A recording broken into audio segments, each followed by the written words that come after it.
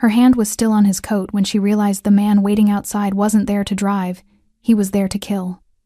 She leaned in and whispered, "Your driver has a gun. Don't get in the car," and the most dangerous man in the room went completely still. What he did next didn't save just his life. It started a silent war. If this story pulled you in, make sure to hit that subscribe button so you never miss what's coming next. I've got another unforgettable story dropping tomorrow. And while you're here, jump into the comments and tell me where you're watching from. I love seeing our community from all around the world. All right, let's get back into it. Anna's hand steadied as she reached for Casper Desmet's coat, the wool fabric still holding the faint chill from the February night outside. 40 minutes until her shift ended. 40 minutes she'd been replaying what she'd seen in that alley, the gun passing from gloved hand to trembling palm, the hooded figures melting into shadow. But this moment was different. The restaurant's main dining room hummed with the quiet conversation of people who never checked prices. The air thick with truffle oil and aged wine, underscored by something darker, Casper's presence, sandalwood and danger, filling the space around him like an invisible perimeter. Candlelight from the crystal sconces caught the edges of his profile, sharp and controlled, illuminating the polished floors Anna had swept just hours before. The chandelier overhead threw fragments of amber light across his shoulders, each crystal worth more than 6 months of her wages. "Everything satisfactory this evening?" Anna asked, her voice professional, practiced. Casper glanced up from buttoning his coat, his movements deliberate, unhurried. Dark hair slicked back perfectly, jaw clean-shaven, white shirt crisp beneath the black suit jacket. Not the man everyone whispered about in hushed tones. Not to look at him.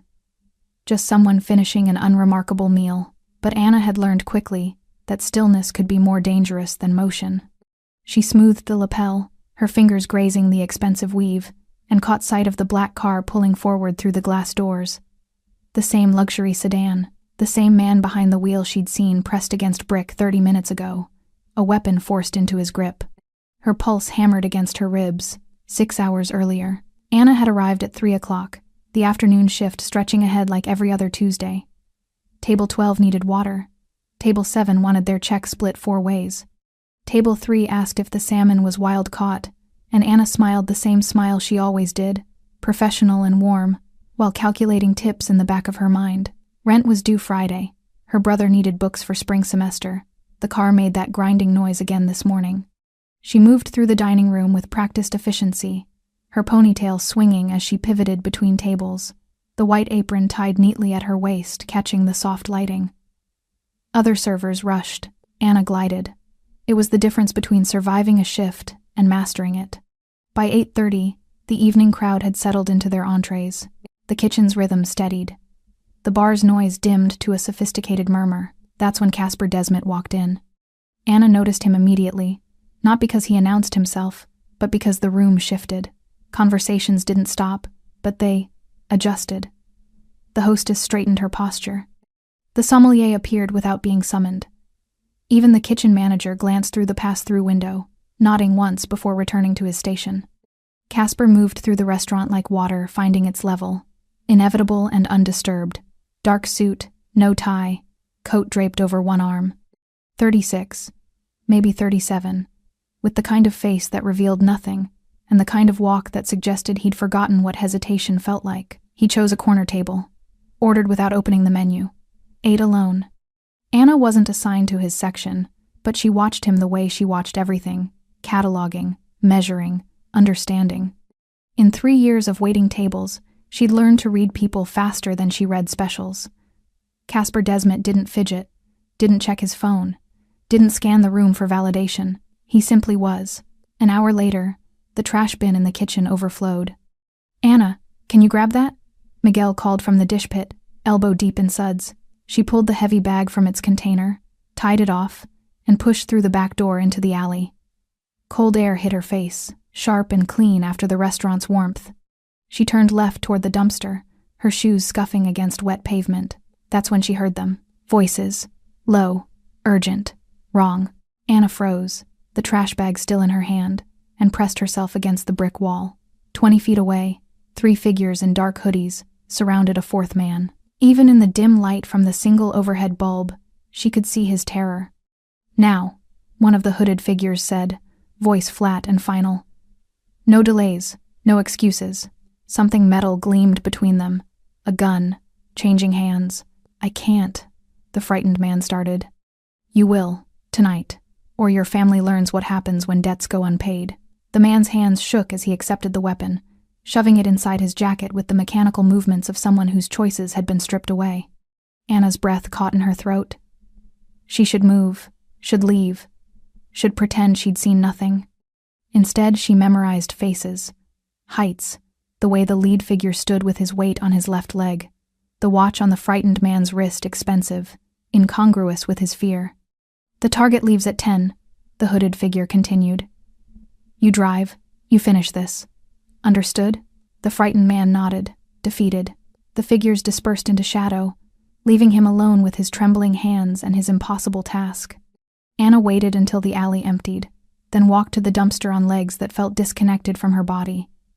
She dropped the trash bag inside, the sound echoing too loud in the sudden silence. When she returned to the kitchen, Miguel asked if she was okay. Fine, Anna lied.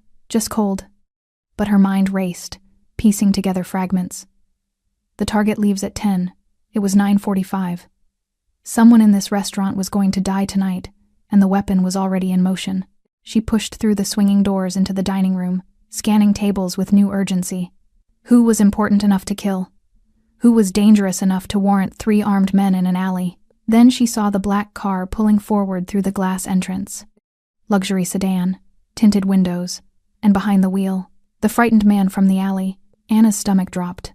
She turned, following the trajectory of service, and found him, Casper Desmet, standing now, sliding his arms into his long black coat, preparing to leave, alone, unguarded, about to walk directly into an assassination dressed as a simple car ride home. No one else saw it. No one else could see it. Only Anna knew. She had maybe 30 seconds before he reached the door. 30 seconds to decide between silence and survival, his and possibly her own. Anna moved. She crossed the dining room with purpose, not urgency, and reached him just as he adjusted his collar. His eyes met hers, cool and assessing, a question forming before she gave him time to ask it. Allow me, Anna said quietly, reaching for his coat. Her fingers smoothed the fabric across his shoulders, professional and precise. She leaned closer, her voice dropping to a whisper only he could hear. Your driver has a gun. Don't get in the car. Casper Desmet froze. Then, slowly, his hand stopped moving toward the door. Casper didn't turn his head, didn't react.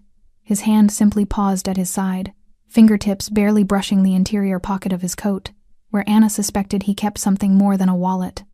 Repeat that, he said, his voice barely above a murmur, eyes still fixed somewhere past her shoulder toward the entrance.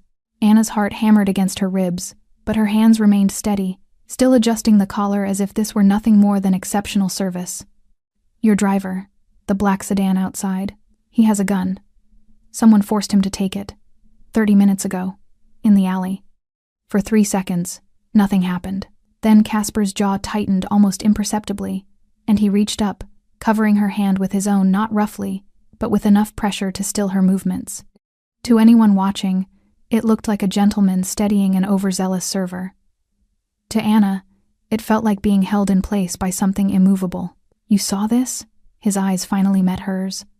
They were darker than she'd expected. Colder. I heard it. Saw them. 3 men, hooded. They told him to finish a job tonight or his family would pay.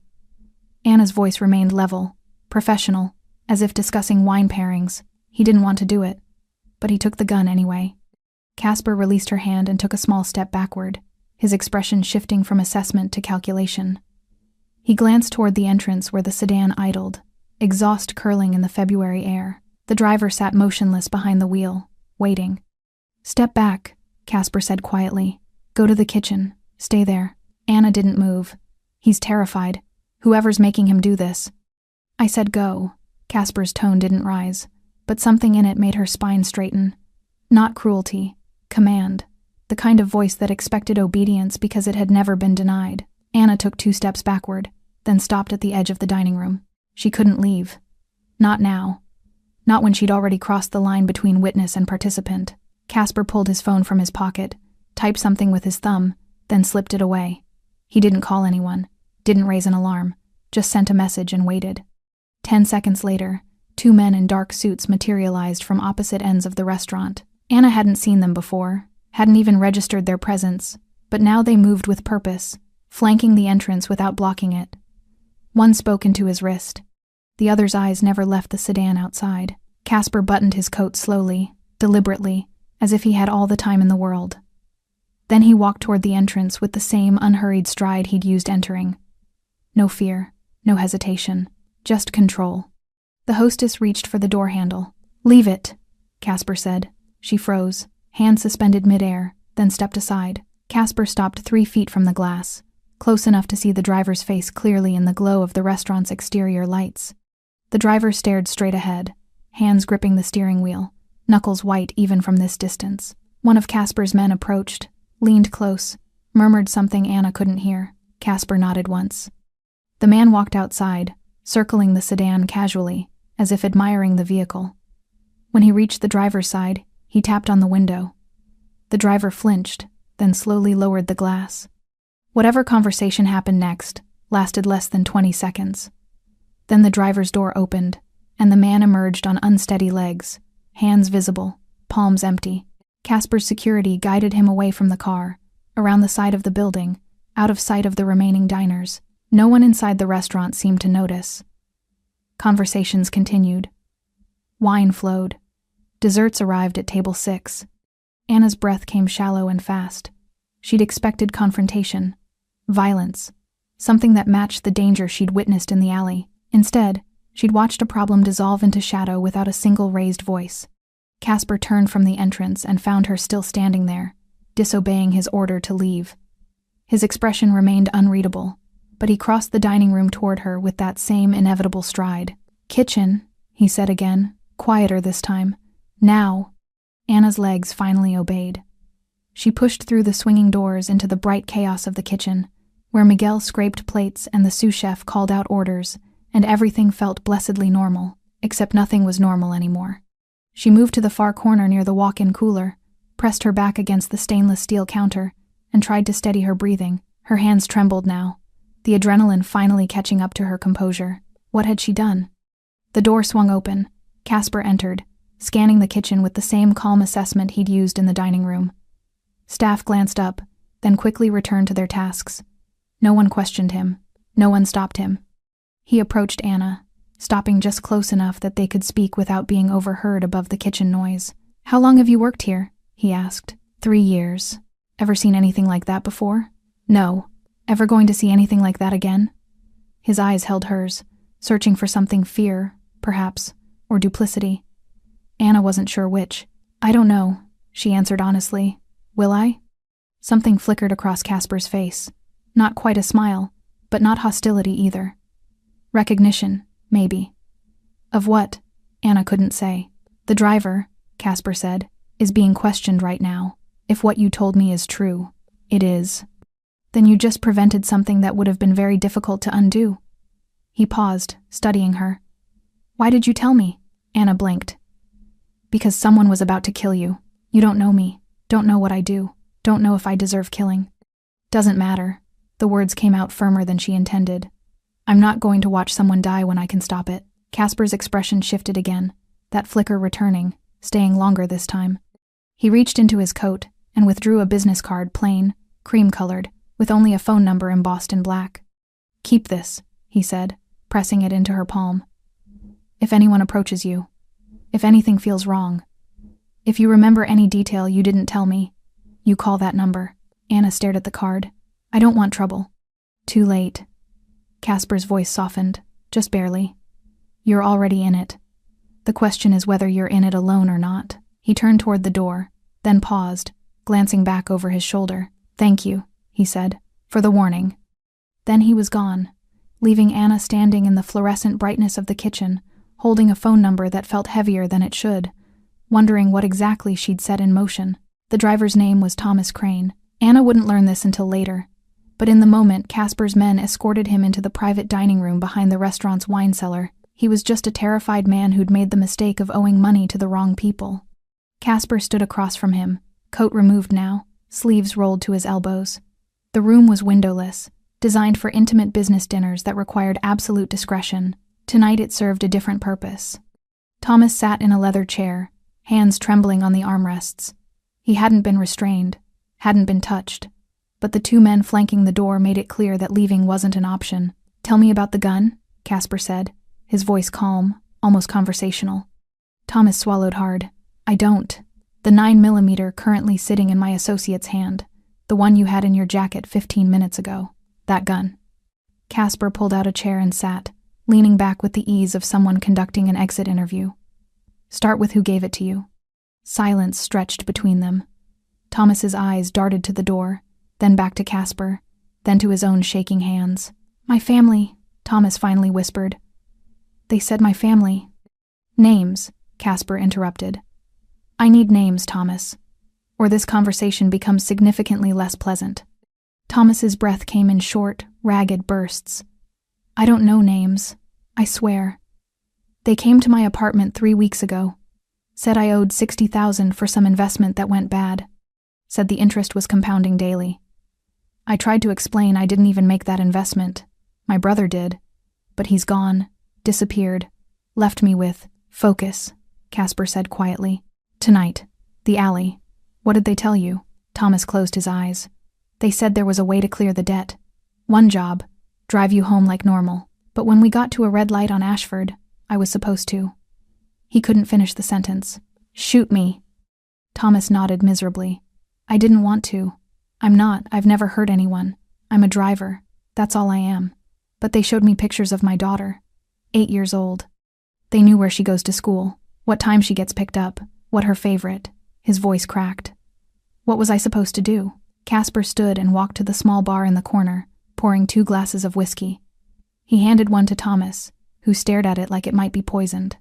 "Drink," Casper said. "It'll steady your hands." Thomas obeyed, gasping as the liquid burned down his throat. Casper returned to his seat, swirling his own glass thoughtfully. "These men. Describe them." "Hooded, dark clothing. The one who did most of the talking had an accent. Eastern European, maybe. Russian. He wore a gold watch, thick chain. The other 2 just stood there. Backup, I guess." "The location where you were supposed to do this. Ashford. That's not my usual route home." Thomas nodded. "They told me to suggest it. Say there was construction on the main road. You wouldn't have questioned it." Casper's jaw tightened almost imperceptibly. "And after? What were you supposed to do after?" "They'd have a car waiting. I was supposed to leave the scene, get in their vehicle, and they'd take care of the rest. Clean up. My family would be safe. Debt cleared." Thomas laughed bitterly. "I actually believed them. For about 30 seconds, I thought maybe I could do it, and everything would be okay." "It wouldn't have been," Casper said flatly. "They would have killed you within the hour. Can't leave witnesses who know the plan." The color drained from Thomas's face. "I know that now." Casper leaned forward, elbows on his knees, studying the driver with the intensity of someone reading fine print. "You've worked for me for how long?" 11 months. "Ever had a problem? Ever felt disrespected? Underpaid?" "No, never. You've been, fair. More than fair. Then why not come to me 3 weeks ago when they first approached you?" Thomas's eyes filled with tears. "Because I was ashamed. Because I thought I could handle it myself. Because I didn't want you to know that my brother screwed up so badly that his mess became mine." He wiped his face roughly. "And because I was scared. Not of you, of them." Casper set his glass down with a soft click. "Do you know who I am, Thomas? What I do? I know enough. Then you understand that what happened tonight, what almost happened, isn't just an attempt on my life. It's a declaration. Someone wanted me dead badly enough to leverage your family. To put a weapon in the hands of a man who's never fired one. That tells me they're desperate, sloppy, or arrogant enough to think it would work." Thomas nodded slowly, not quite understanding where this was going. "It also tells me," Casper continued, "that they're watching my operation closely enough to know my drivers, my routines, my vulnerabilities." He stood, pacing to the far wall. "Which means there's a leak, someone feeding them information, someone close." "I swear it's not me," Thomas said quickly. "I never told anyone anything about—" "I believe you." Casper turned back. "A man who's forced to kill doesn't have the stomach for espionage. You're a pawn, Thomas, not a player." Relief flooded Thomas's face. followed immediately by confusion. So what happens now? Casper returned to his seat. Now you tell my associates everything. Every detail you remember. Physical descriptions.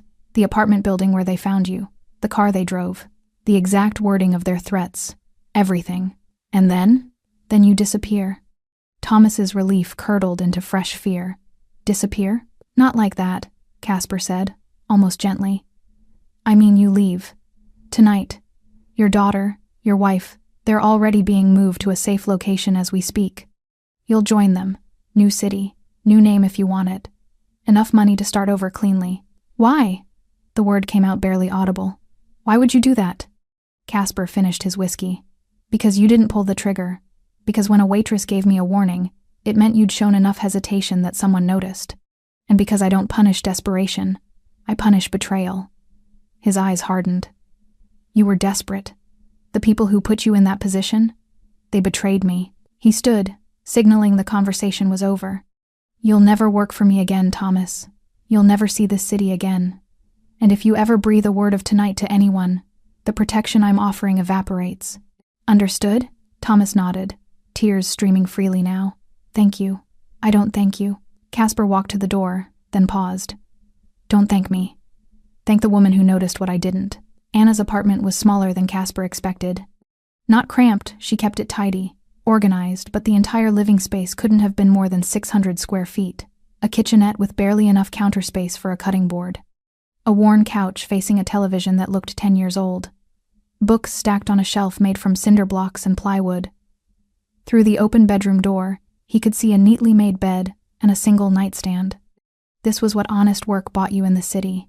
This was what 3 years of serving people who spent more on wine than she made in a week had earned her. Casper stood near the window, watching the street below while Anna sat on the edge of her couch, still wearing her work clothes, the white apron folded carefully beside her. One of his men waited in the hallway outside. Another sat in a car across the street.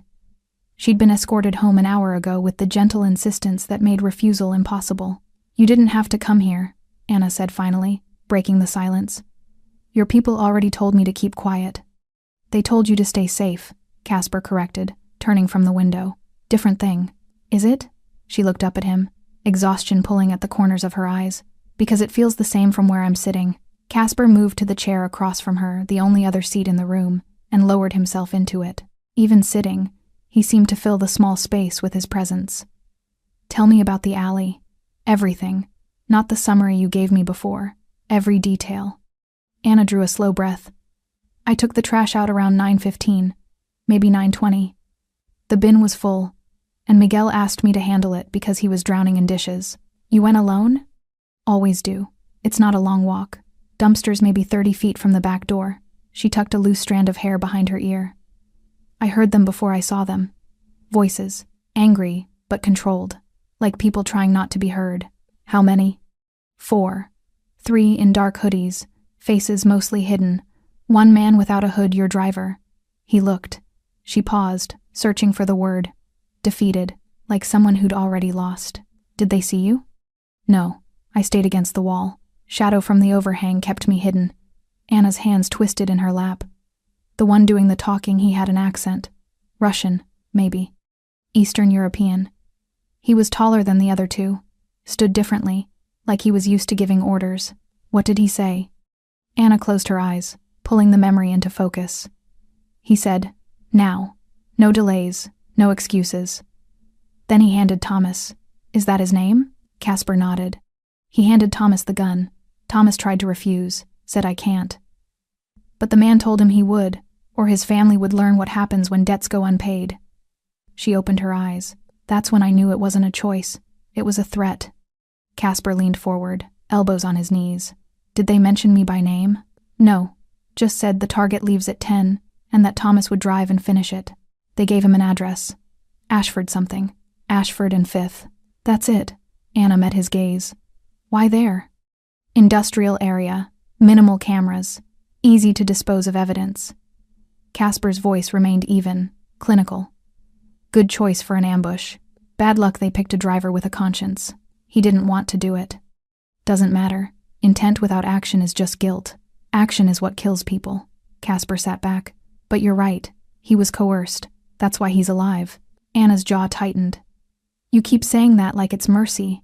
Kicking someone out of their life, forcing them to disappear, is better than the alternative, Casper interrupted, his tone hardening.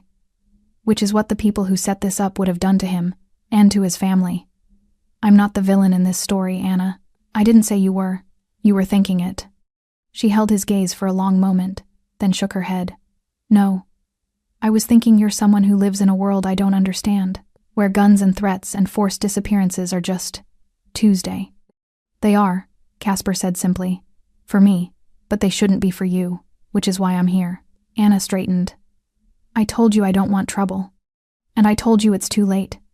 Casper pulled his phone from his pocket, scrolled through something, then turned the screen toward her. This is the car the men in the alley were driving, partial plate, caught on a camera 2 blocks from the restaurant. Anna stared at the image. Black SUV, tinted windows. Unremarkable except for the dent in the rear bumper. My people are running it now, Casper continued. Within 48 hours, we'll know who owns it, where it's been, who was inside. He pocketed the phone. When we find them, things will happen quickly, quietly, but they will happen. Why are you telling me this? Because you're part of this now, whether you want to be or not. Casper's expression softened slightly, though his eyes remained sharp. You saw them. You heard them. If they find out someone warned me, if they start asking questions, your name will come up. Thomas won't give it, but there are other ways to trace a leak. Anna's stomach dropped. So what am I supposed to do? You're supposed to let me protect you. Casper gestured toward the window. The man outside your door? He stays. The one in the car? He stays. You go to work, you come home, you live your life, but you don't do it alone. Not until this is finished. For how long? As long as it takes. Anna stood abruptly, pacing to the kitchenette. She gripped the edge of the counter, staring at nothing. I just wanted to help. I saw something wrong, and I tried to fix it. That's all. I know. Casper rose, moving toward her but stopping several feet away, giving her space.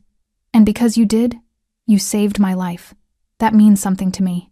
It means I don't let you face the consequences alone. She turned, searching his face. Why do you care? You don't even know me. You're right, I don't. Casper's voice dropped, losing its edge.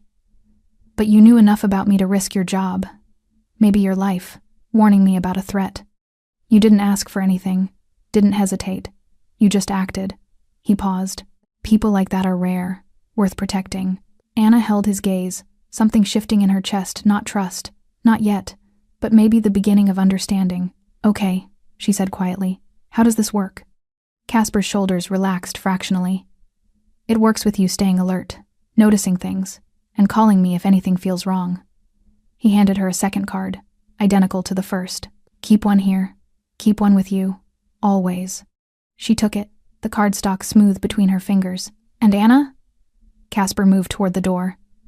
Thank you, again, for seeing what no one else did. Then he was gone, leaving her standing in her small apartment, holding a phone number that felt like both a promise and a warning. 3 days passed like held breath. Anna went to work, smiled at customers, refilled water glasses, recited specials with the same practiced ease she always had. But now, every time the back door opened, her pulse quickened. Every time a car idled too long outside the restaurant, her eyes tracked it. The man Casper had posted outside her apartment building, she'd learned his name was Griffin, nodded to her each morning as she left for her shift. He didn't speak much, but his presence was constant, reassuring in a way that also reminded her how much danger she might actually be in. On the 4th day, Casper called. The SUV was registered to a shell company, he said without preamble. Traced back to a shipping operation on the East Docks. Imports, mostly legitimate, except for the containers that aren't. Anna switched the phone to her other ear, glancing around her empty apartment. What does that mean? It means I know who ordered the hit. His voice carried a cold satisfaction. Rival operation. They've been trying to cut into my territory for 6 months. This was their play. Remove me, create chaos, move in while my people scrambled to reorganize. So it's over? You know who did it? Knowing and proving are different things, and acting too quickly shows my hand. Casper paused. I need them to think their plan is still in motion, that Thomas followed through, that I'm dead. Anna's breath caught. How do you fake that? People saw you leave the restaurant alive. People saw me leave. What happened after is open to interpretation." There was a smile in his voice, dark and calculating. "I have resources, Anna. And I'm very good at controlling narratives." She sat on the edge of her couch, processing. "What do you need from me? Keep your routine normal. If anyone asks about that night, customers, coworkers, anyone, you tell them I left around 10. You didn't see anything unusual. Understand?" "I understand. There's something else." Casper's tone shifted. "I need you to come somewhere tomorrow. Bring your observations from the alley. Everything you remember that you haven't told me yet. Times, positions, anything." "Why?" "Because my people are good at what they do. But you saw something they didn't. Fresh eyes. Unbiased perspective." He paused. "And because I'm starting to think you notice things that trained security misses." Anna's throat tightened. "I'm a waitress, not a detective. You're someone who pays attention. In my world, that's more valuable." He gave her an address in a part of the city she'd never been to. 2:00 tomorrow. Griffin will bring you." Before she could respond, the line went dead. The building Casper operated from looked like any other commercial property. Gray concrete, small windows, a parking garage underneath. Nothing about it suggested power or danger, or the kind of operations Anna had only seen in movies. Griffin escorted her through a side entrance, past security that nodded them through without question, and into an elevator that required a key card to access certain floors. They stopped on the 5th floor. The hallway was quiet, carpeted, lined with doors that gave no indication of what lay behind them.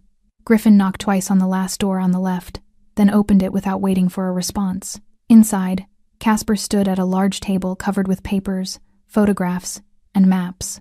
2 other men flanked him, one younger, laptop open in front of him, the other older with the weathered look of someone who'd spent decades in violent work. Casper glanced up as Anna entered. "Thank you for coming." She nodded, suddenly aware of how out of place she looked in her jeans and sweater, surrounded by men in expensive suits discussing things that could end lives. "This is Anna Jacobs," Casper said to the others. "She's the reason I'm still breathing." To Anna, he gestured toward the table. "These are the men helping me dismantle the people who tried to change that." Anna approached slowly, eyes scanning the materials spread before her. Photographs of men she didn't recognize, shipping manifests, financial documents, and in the center, a map of the city with several locations marked in red. "We've identified the key players," Casper continued. "Christoph Volkov runs the operation. Former Russian military, moved here 8 years ago, built his network slowly, carefully." He tapped a photograph of a hard-faced man with a gold chain visible at his collar. "Sound familiar?" Anna leaned closer, studying the image. The jawline, the way he held himself even in a still photograph. "That's him, the one from the alley." "You're certain?" "Yes. He wore that same chain. I remember seeing it catch the light." The younger man typed something rapidly. "Confirms our intel. Volkov's been careful not to leave digital traces, but physical identification from an eyewitness changes things." Casper circled the table, stopping beside Anna. "What else do you remember? The other 2 men. Did they have any distinguishing features?" Anna closed her eyes, pulling herself back to that night. Cold air, brick wall against her back. Fear making everything sharper, clearer. One of them had a tattoo on his hand, right hand, between thumb and forefinger. Dark ink, but I couldn't see the design clearly. Height? Build? Shorter than Volkov, maybe 5 to 9. Stockier. The third man was taller, thin, moved like he was nervous. The older man looked at Casper. "Matches descriptions of 2 of Volkov's regular crew, Pavel and Dmitri." Casper nodded slowly. "What about timing? You said 9:15 when you went to the alley? 9:20 maybe." "I wasn't checking my watch, but the dinner rush was winding down. That usually happens between 9 and 9:30 on weeknights." "And how long were you outside?" Anna thought back. 3 minutes? 4? Long enough to hear the entire exchange, see the gun change hands, watch them leave. "Which direction?" "West, toward the main street. They had a car waiting, the SUV you showed me. It was parked just past the alley entrance." Casper exchanged a look with the younger man, who pulled up something on his laptop. Traffic camera caught a black SUV heading west on Marlow at 9:24 p.m. Matches the timeline. "Where did it go?" Casper asked. "Lost it after 6 blocks. They knew the camera blind spots." Anna watched them work, piecing together fragments of information like a puzzle where every piece mattered. She should have felt frightened, should have wanted to leave, to go back to her simple life of tables and tips and problems she could solve with a smile. Instead, she felt something else. Purpose, maybe, or the strange satisfaction of seeing her observations matter. "Anna," Casper said, drawing her attention back. "I need you to understand something. The information you've given us today? It confirms things we suspected but couldn't prove. It gives us leverage." He moved closer, his voice lowering. "But it also means you're more valuable to me than I anticipated, which means you're more valuable to them if they figure out who you are. I understand." "Do you?" His eyes searched hers. "Because from here, things accelerate. Volkov thinks I'm dead or wounded. He's already moving to consolidate power. Within a week, maybe 2, his operation will overextend. That's when we strike. And until then? Until then, you stay visible but protected. You live normally, and you trust that I won't let anything happen to you." Anna met his gaze, seeing something there she hadn't noticed before. Not just determination, responsibility. He'd meant what he said about protecting people who helped him. "I trust you," she said, surprised to find she meant it. Casper's expression softened almost imperceptibly. "Good, because I'm going to need you to trust me even more before this is finished." 11 days after the alley, Christoph Volkov's world began to collapse. It started small. A shipment that never arrived. A warehouse lease that mysteriously terminated.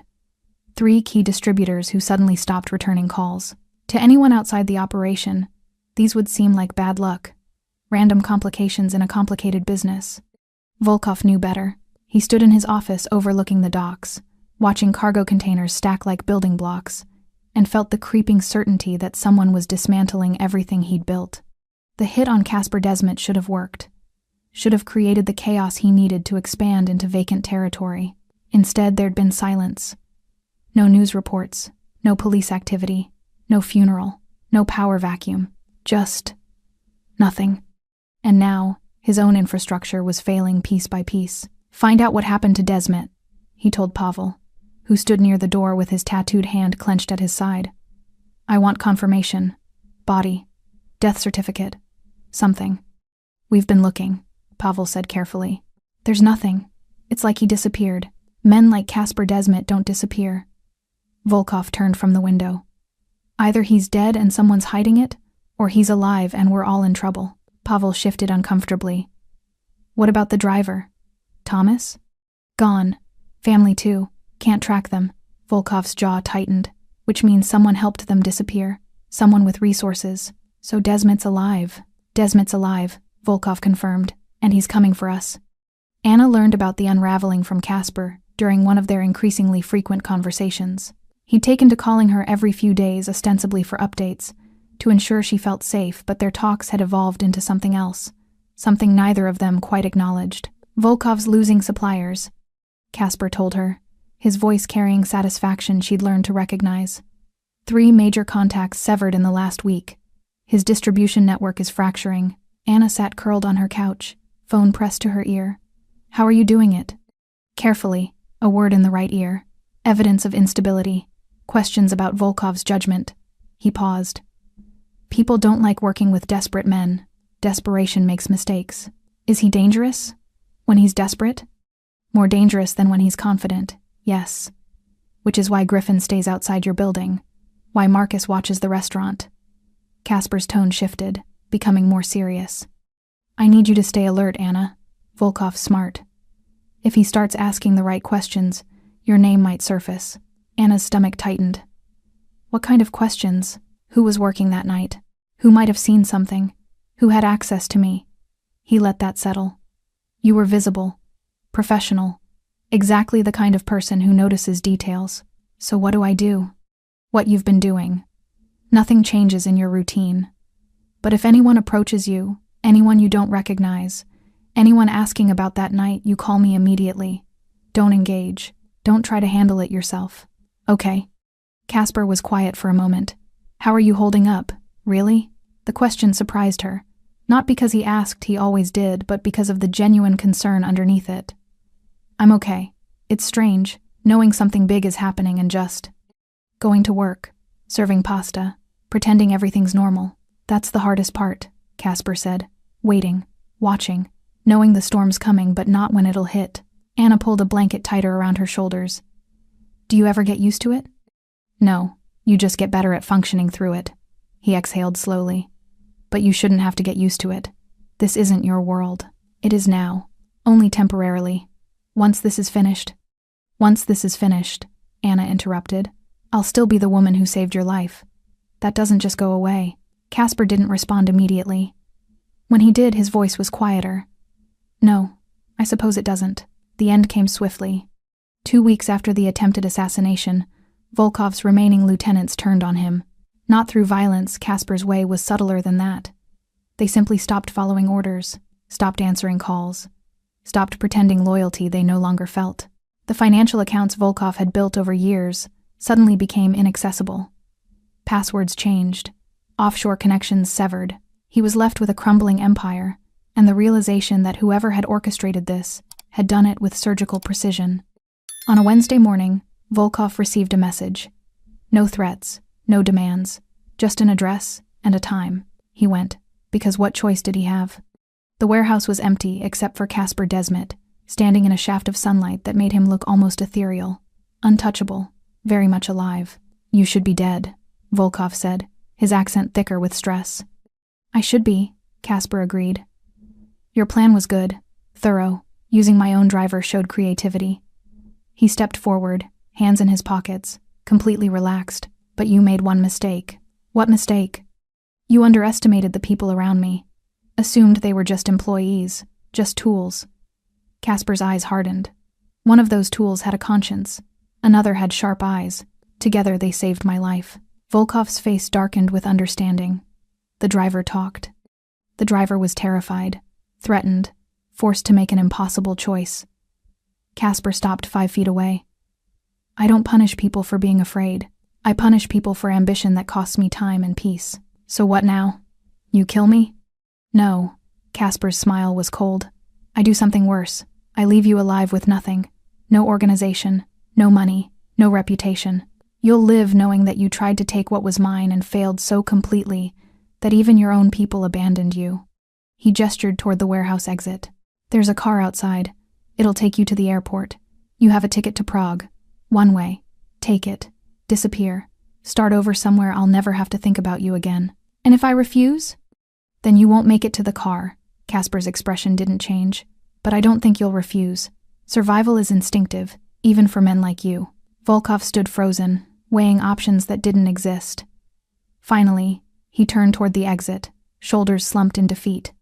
Christov, Casper called. Volkov looked back. If I ever hear your name again, if you ever try to return, to rebuild, to take revenge, there won't be a conversation. There won't be mercy. There will just be an ending. Understand? Volkov nodded once, then walked out into the morning light. That evening, Casper called Anna. It's done, he said simply. Anna released a breath she didn't know she'd been holding. He's gone? He's gone. His operation is dismantled. The people who helped him are scattered. Casper paused. You're safe now. Truly safe. Anna sat in her small apartment, Griffin's familiar presence outside her door, and felt something release in her chest. What about Thomas? His family? Relocated. New city. New life. They're fine. Another pause. I kept my word. Thank you. I should be thanking you. Casper's voice softened. Everything that happened, everything that didn't happen, started with you noticing what no one else did. Anna smiled despite herself. I just took out the trash. You did more than that. Much more. He was quiet for a moment. I'd like to see you. Tomorrow, if you're available. Not for business, just to talk. Anna's heart beat a little faster. Okay, where? The restaurant. Where it all started. Anna arrived at the restaurant 20 minutes before her shift was supposed to start. But Casper was already there. He sat at the same corner table where this had all begun, coat draped over the chair beside him, a cup of coffee cooling in front of him. The late afternoon sun slanted through the windows, catching the edges of his profile in gold. When he saw her, he stood not with the controlled authority she'd grown accustomed to, but with something softer. Anticipation, maybe. Thank you for coming early, he said as she approached. You asked. Anna slid into the seat across from him, suddenly aware of how different this felt. No emergency, no threat. Just two people sitting in a restaurant where one of them happened to work. Casper gestured to the server Miguel, who'd worked the same shift as Anna for 2 years. "Whatever she wants, and bring us some privacy." Miguel nodded, retreating with the discretion of someone who'd learned not to ask questions. "You don't have to buy me dinner," Anna said. "I eat here for free anyway." "I know, but let me do this." Casper's expression carried something she hadn't seen before. Vulnerability, perhaps. Or the simple desire to do something normal. These past few weeks, every conversation we've had has been about danger. Threats. Survival. I'd like one that isn't. Anna studied him across the table. The sharp lines of his face had softened somehow, or maybe she was just seeing him differently now. Not as the dangerous man everyone whispered about, but as someone who carried weight she was only beginning to understand. "Okay," she said quietly. "What do you want to talk about?" Casper smiled a real smile, not the cold calculation she'd seen him use like a weapon. "Tell me about you. The parts that have nothing to do with taking out trash or saving lives." So she did. Anna told him about growing up in a smaller city 3 hours north. About the brother who'd gone to college on a scholarship, while she'd stayed behind to help their mother through cancer treatments. About the decision to move here afterward, looking for something bigger than the town that had felt too small after everything. "My brother finished his degree," she said, tracing the rim of her water glass. "Engineering. He's doing well. Sends money when he can, even though I tell him not to." "You helped him get there." "Someone had to." Anna shrugged. "Mom couldn't work during treatment. I was already out of school. It made sense." "Did you want to go to college?" The question hung between them, honest and direct. "I don't know," Anna admitted. "I thought about it, but by the time I could have gone, I was working here, making decent money, building a life. College started to feel like something for other people." Casper leaned back, coffee forgotten. "It's not too late, if you wanted to. Maybe." She met his eyes. "But I'm not unhappy. I know it probably looks small to you, this job, this life, but it's mine. I built it. That matters." "It does," Casper said, and she could hear that he meant it. "More than you know." Their food arrived, Miguel, placing plates in front of them with quiet efficiency before disappearing again. Anna had ordered without thinking, muscle memory from years of knowing the menu. Casper had chosen something simple, elegant. They ate in comfortable silence for a while, the restaurant filling around them with the early dinner crowd. Anna watched him cut his food with precise movements, everything controlled, even here. But she noticed other things too. The way his shoulders relaxed when he thought no one was watching. The faint lines around his eyes that suggested he smiled more than his reputation implied. "What about you?" Anna asked. "How does someone become this?" Casper set down his fork. "You mean how does someone become the man people threaten to kill?" "I mean how does someone build what you've built, run what you run?" She paused. "Live the way you live." He was quiet for a long moment, weighing how much to tell her.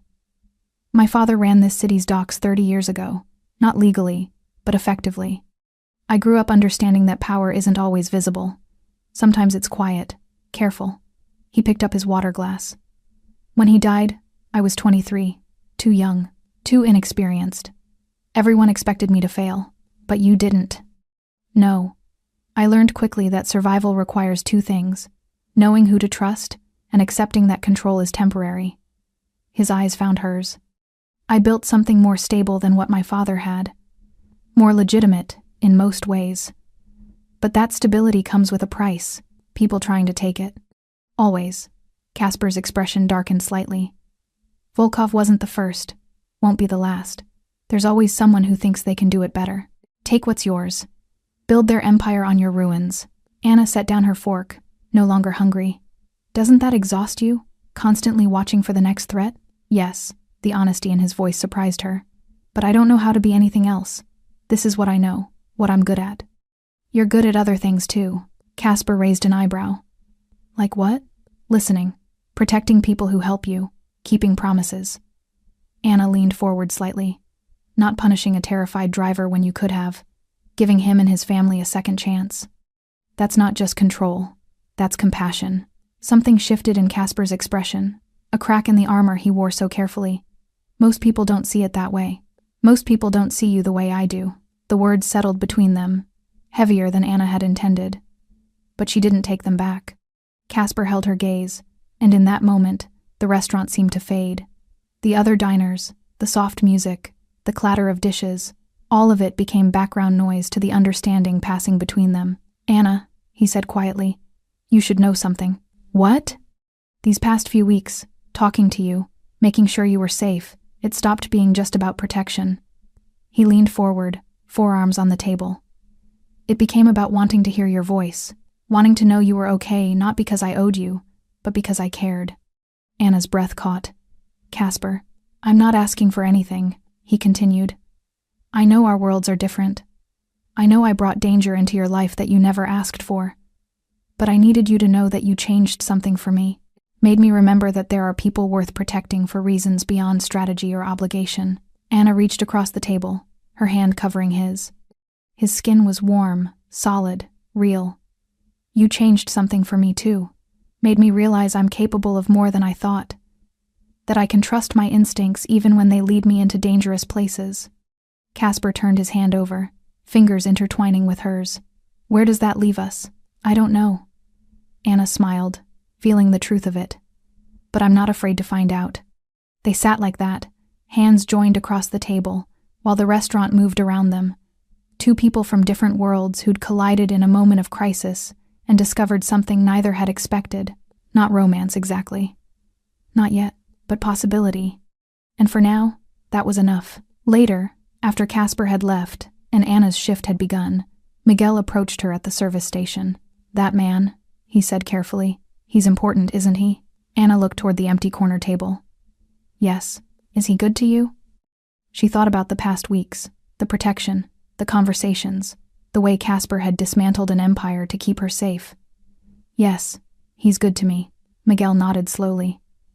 "Then I'm glad. You deserve someone who sees you." Anna smiled, tucking Casper's card, now worn from being carried back, into her pocket.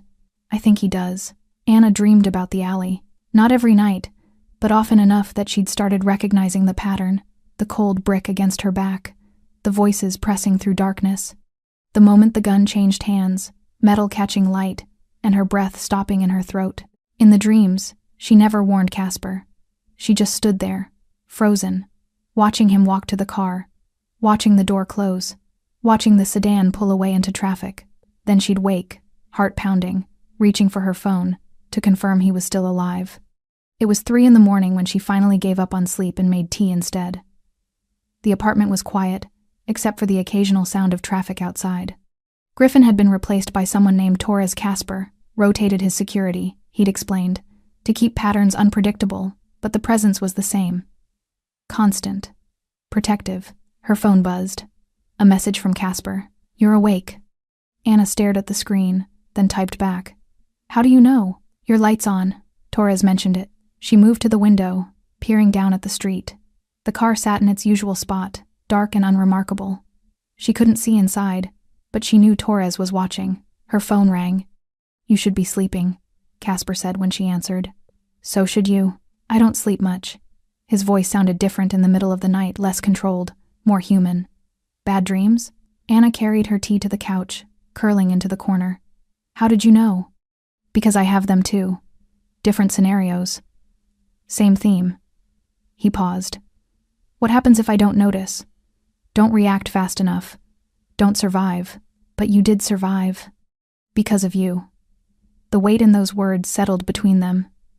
"Anna, I've been thinking about that night, about how close it came, about what would have happened if you'd been on a different schedule, if the trash had been taken out earlier, if you'd chosen not to say anything." "Don't," she said quietly. "Don't think about the what-ifs. I can't help it. My entire life is built on reading situations, predicting outcomes, staying 3 steps ahead. And I didn't see this coming. Didn't suspect Thomas. Didn't notice my routine had become predictable enough to exploit." His frustration bled through. "A waitress saw what trained security missed.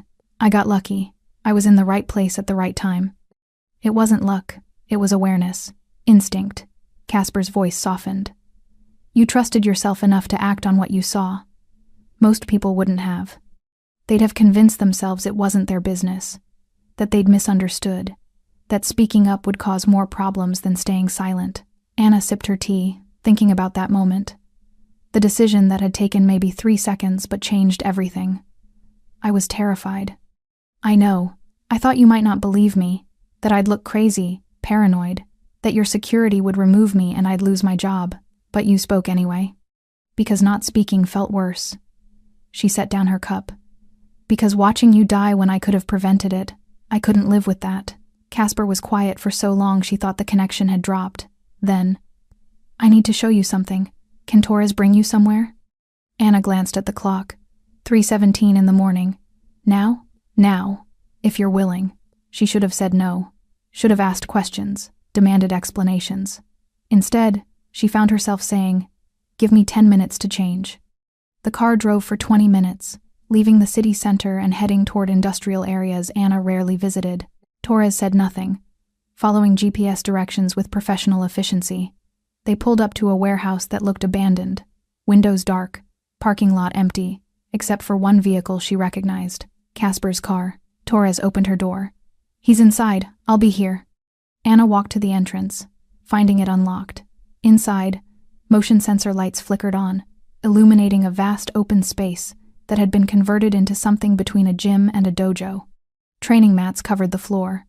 Equipment lined the walls, and in the center, Casper stood in a t-shirt and dark pants, looking more unguarded than she'd ever seen him. "What is this place?" Anna asked, her voice echoing. "Where I come when I can't sleep, when the thoughts get too loud." He gestured around. Physical exhaustion is easier to manage than mental noise. She approached slowly, noticing the heavy bag in the corner, the wraps around his knuckles. "How often do you come here?" "More than I should, less than I need to." Casper moved to a bench against the wall, sitting with his forearms on his knees. "I brought you here because I wanted you to see something real. Not the version of me that sits in restaurants or makes business decisions. The version that exists at 3 in the morning when control slips." Anna sat beside him, close enough to feel the heat radiating from his recent exertion. "Why?" "Because you've been honest with me about your fears, your dreams, the way that night affected you." He turned to face her. "I wanted to be honest back, to show you that I'm not immune to it either. That survival doesn't mean unscathed." She studied his profile, the sharp lines softened by exhaustion, the carefully maintained composure cracking just enough to show the person beneath. "You blame yourself for not seeing it coming. I should have. You're not omniscient, Casper. You're just human." He laughed, but there was no humor in it. "People in my position can't afford to be just human. Human makes mistakes. Human gets killed. Human also gets saved by waitresses who take out the trash." Anna reached for his hand, feeling the rough texture of the hand wraps. "You survived because I warned you, yes. But also because you listened. Because you trusted someone you had no reason to trust. That's not weakness. That's wisdom." Casper's fingers tightened around hers. "I've spent 15 years building walls, maintaining distance, trusting only people I've vetted through years of loyalty tests." He met her eyes. "And then you appeared, and everything I thought I knew about trust became irrelevant." "What do you mean?" "I mean I trusted you immediately, completely, without hesitation or doubt." His voice dropped lower. "That terrifies me more than the assassination attempt." Anna's breath caught. "Why?" "Because caring about someone makes you vulnerable, gives your enemies leverage, creates weak points in armor you've spent years perfecting." He lifted their joined hands, studying them like a puzzle he couldn't solve. "And I can't seem to stop caring about you, no matter how many logical arguments I make." The words hung between them, raw and honest and impossible to take back. Anna leaned closer, their shoulders touching. "I'm scared too. Of this, of what it means, of how different our lives are. We don't have to figure it out tonight." "No." She rested her head against his shoulder, feeling him tense briefly before relaxing. "But we should probably stop pretending it's just gratitude or circumstance." Casper's arm came around her shoulders, careful, tentative. "What is it then?" Anna closed her eyes, breathing in sandalwood and sweat, and something uniquely him. "I don't know yet. But it's real. And it matters." They sat like that in the empty warehouse, exhaustion and honesty stripping away pretense, while city lights filtered through high windows and created shadows that danced across training mats. Outside, Torres waited patiently. Above them, the night slowly surrendered to dawn. And between them, something fragile and important took shape. Not romance exactly, not yet, but connection, understanding. The beginning of something neither had planned for, but both were too tired to resist. "Thank you," Casper said finally. "For coming, for listening, for not running when most people would have." Anna smiled against his shoulder. "Where would I run to? You've got security following me." He laughed, a real laugh this time, surprised out of him. "I could call them off." "Don't." She lifted her head, meeting his eyes. "I like knowing you care enough to protect me, even if it's terrifying and complicated and completely disrupts my normal life." "Is that what I've done? Disrupted your normal life?" "Completely." Anna stood, pulling him up with her. "And somehow, I don't hate it." Casper held her hand a moment longer than necessary before releasing it. "I should get you home. You have a shift in 6 hours. So do you, probably. Important meetings, Empire maintenance, something like that." He walked her to the door, flipping off lights as they went. "Anna?" She turned. "The dreams, they'll get better, eventually." "How do you know?" "Because you're not alone in them anymore." His expression softened. "Neither am I." The restaurant felt different now. Anna couldn't pinpoint exactly what had changed. The layout was the same. The menu hadn't been updated. The same customers requested the same tables, but something fundamental had shifted. Maybe it was her. Maybe awareness, once gained, couldn't be unlearned. She noticed things she'd overlooked for years. The way certain patrons received preferential treatment without asking. The private dining rooms that were always reserved but rarely used. The deliveries that came through the back entrance at odd hours. Signed for by management without inspection. The restaurant existed in multiple worlds simultaneously, serving expensive pasta to anniversary couples while quietly facilitating the business of people like Casper. People whose power operated below the surface, invisible until you knew what to look for. Anna was clearing table 6 when Casper arrived. Early afternoon, between lunch and dinner, when the dining room sat mostly empty, he chose a different table this time near the window, where sunlight illuminated the careful distance he usually maintained from the world. She approached with water and a menu, professional despite the way her pulse quickened. "Good afternoon, Anna." His voice carried warmth reserved for private conversations. "Do you have a few minutes?" She glanced toward the kitchen. Miguel waved her off, taking over her remaining tables. "I suppose I do." Casper gestured to the seat across from him. When she sat, he slid a folder across the table, plain manila, unsealed, containing papers she couldn't see without opening it. "What is this?" "Options." He leaned back, giving her space to process. "I've spent the past few days thinking about what comes next. For you, for us, for how this arrangement continues." Anna's stomach tightened. "Arrangement sounds clinical." "Poor word choice," he acknowledged with a slight smile. "This connection, this situation, whatever we're calling it." She opened the folder carefully. Inside she found documents, financial statements, property deeds, educational program information. Her name appeared on several pages, alongside numbers that made her breath catch. "Casper, what?" "The first option is compensation," he said evenly, "for saving my life, for enduring weeks of protection details and disrupted routines, for taking a risk that could have cost you everything." He pointed to the top document. "That's a reasonable sum based on the value you provided." Anna stared at the number. More money than she'd make in 5 years of waiting tables. Maybe 10. "The second option," Casper continued, pointing to another page, "is education. Full tuition to any program you choose. Business, liberal arts, whatever interests you. No strings attached." "I don't." "The third option is employment. I have legitimate business operations that need people with your observational skills. Security consulting, operations management, personnel assessment." He met her eyes. "You're wasted serving tables, Anna. You see things others miss. That's valuable." She closed the folder slowly, processing. "And if I don't want any of these options, then you choose none of them. Keep working here. Keep living your life. I respect whatever decision you make." Casper's expression softened. "But I needed to offer. Needed you to know that I value what you did. What you gave up for a stranger's safety." Anna pushed the folder back toward him.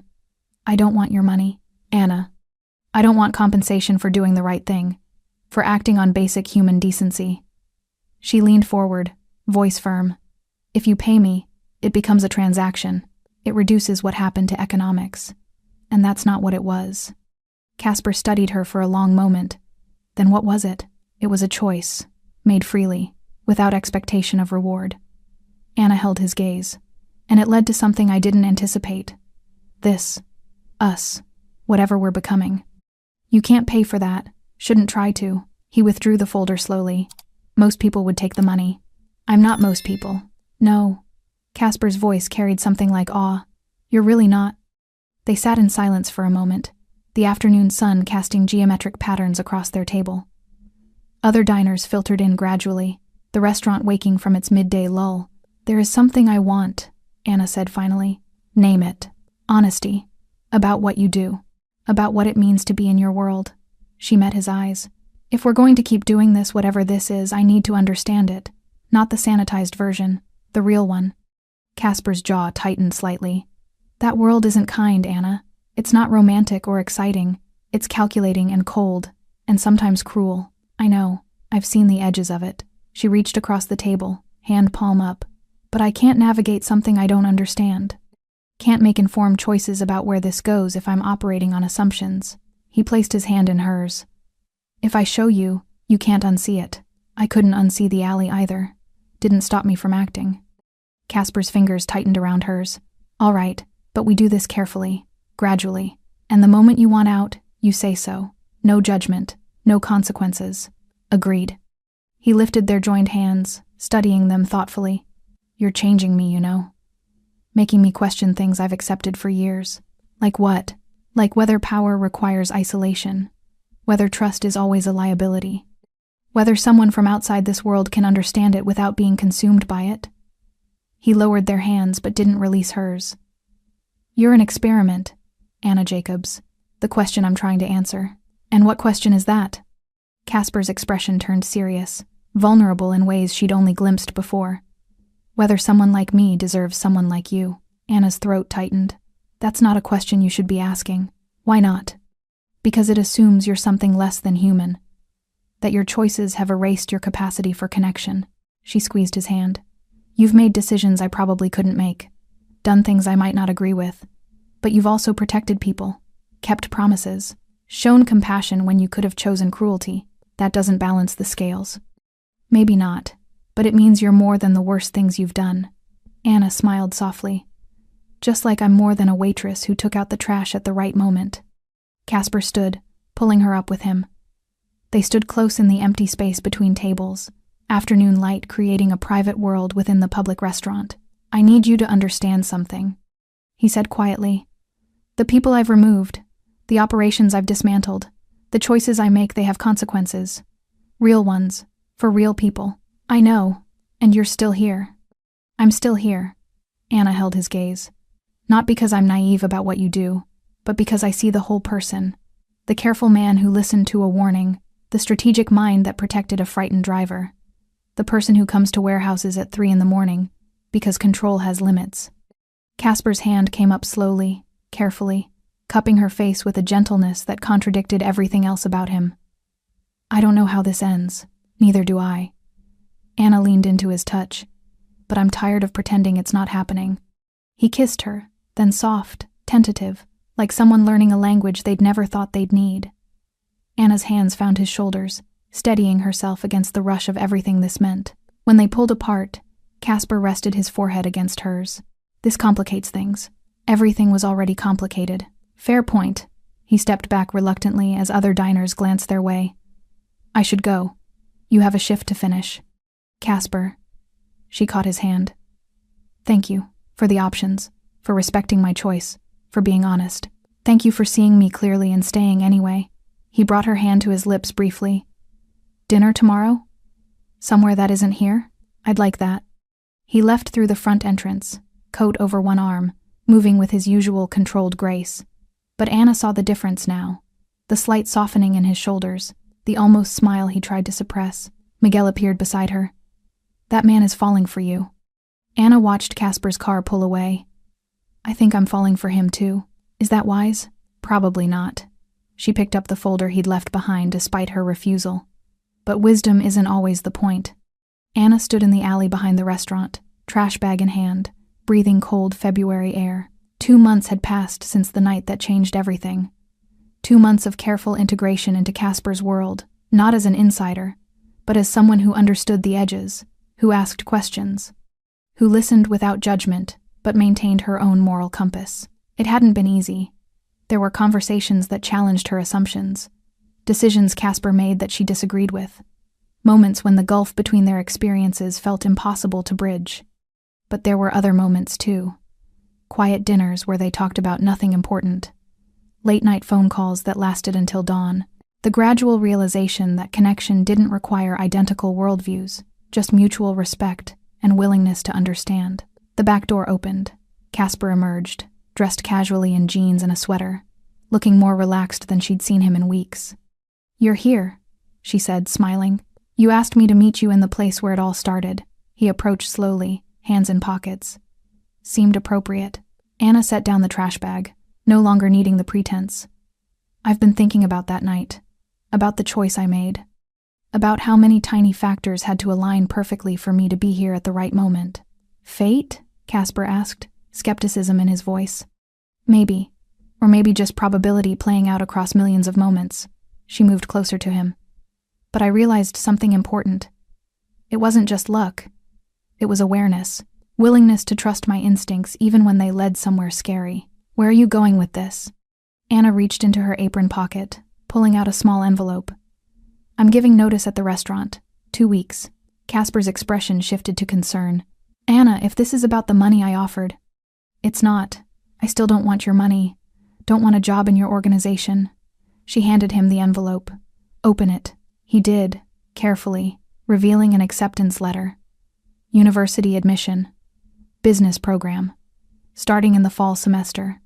"You applied," he said softly, something like pride in his voice. "I applied. Used my own savings for the application fee. Wrote my own essay. Got accepted on my own merits." Anna took the letter back, holding it carefully. "But you were right about one thing. I was wasting my potential serving tables. Not because service work is beneath me, but because I stopped challenging myself, stopped believing I deserved more." Casper pulled her close, arms wrapping around her shoulders. "I'm proud of you, and I had nothing to do with this." "You had everything to do with it." Anna pressed her face against his chest. "You saw something in me I'd stopped seeing in myself. Reminded me that awareness and instinct have value. That one moment of courage can change everything." They stood like that in the alley where it all began, while delivery trucks rumbled past and kitchen noise filtered through the door, and the city moved around them with indifferent momentum. "So what happens now?" Casper asked finally. "You go to school, build a different life. Where does that leave us?" Anna pulled back enough to see his face. "That depends. Can you handle being with someone who has her own ambitions? Her own goals that don't revolve around your world? Can you handle being with someone whose world involves things you might never fully agree with?" "I think we've been figuring that out for 2 months now." She smiled. "And we're still here, still choosing each other despite the complications." Casper cupped her face gently. "I love you. I didn't plan to, didn't expect to. But somewhere between warnings about guns and conversations at 3 a.m, it happened." Anna's breath caught. "I love you too. The whole complicated, dangerous, surprisingly tender version of you." He kissed her there in the alley, deeper than before, with the certainty of someone who'd stopped fighting what they felt. When they finally separated, both breathless, Casper rested his forehead against hers. "We're going to face challenges. People who question this relationship. Situations that test whether we can make this work." "I know. But I want to try. Want to figure out how your world and mine can coexist without one consuming the other." Anna nodded. "We take it slow. Stay honest.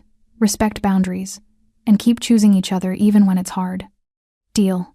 Casper stepped back, though his hand found hers immediately. "Come on. Let's get out of this alley. I know a place that makes better coffee than the restaurant. Lead the way."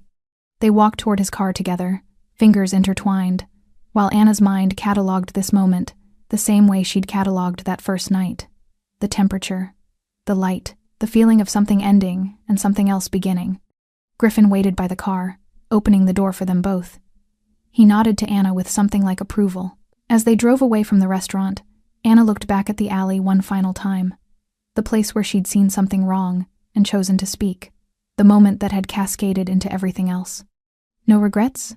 Casper asked, watching her reflection in the window. "Not one." She turned to face him. "I took out the trash and saved your life. found love in the space between danger and ordinary moments, learned that courage doesn't require certainty, just willingness to act. Casper lifted her hand to his lips. The woman who spoke changed everything with a whisper. Just a waitress adjusting a coat. No. His eyes held hers with absolute certainty. Never just anything. You're the person who saw what others missed, who trusted her instincts, who proved that power doesn't always announce itself. Sometimes it's quiet, observant, and brave enough to intervene.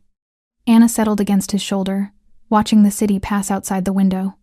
Somewhere ahead, fall semester waited, new challenges, different paths, but also possibility, growth, the chance to build something that honored both who she'd been and who she was becoming.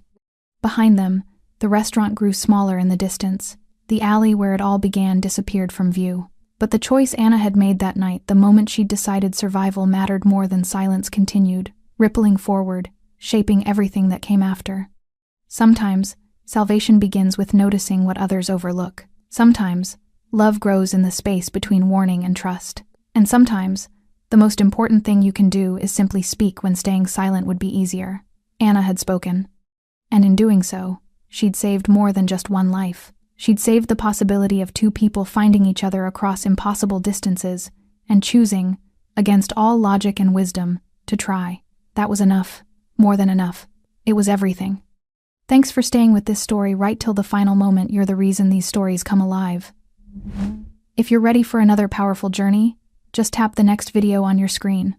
And before you go, leave a quick comment and rate this story from 1 to 10. I'm excited to see your thoughts and connect with you down there.